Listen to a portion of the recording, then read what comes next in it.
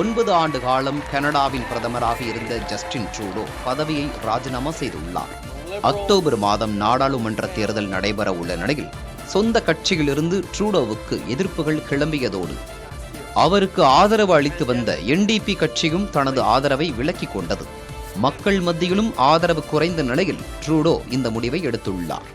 அதேபோல் ஆளும் லிபரல் கட்சியின் தலைவர் பதவியிலிருந்தும் விலகுவதாக ட்ரூடோ அறிவித்துள்ளார். அடுத்த பிரதமர் தேர்வு செய்யப்படும் வரை ட்ரூடோ தொடர்ந்து பதவியில் இருப்பார் என்று தெரிவிக்கப்பட்டுள்ளது. வரும் 8ஆம் தேதி நடைபெறும் கட்சி கூட்டத்தில் புதிய பிரதமர் தேர்ந்தெடுக்கப்படுவார். 2015ஆம் ஆண்டு ஜஸ்டின் ட்ரூடோ பிரதமராக பதவியேற்றுக் கொண்டது குறிப்பிடத்தக்கது. காலிஸ்தான் பயங்கரவாதிகளுக்கு புகலிடம் தருவதாக ட்ரூடோ மீது இந்தியா குற்றச்சாட்டுகளை வைத்திருந்தது. இந்நிலையில் அவரது ராஜினாமா இந்திய அளவிலும் முக்கியத்துவம் பெறுகிறது.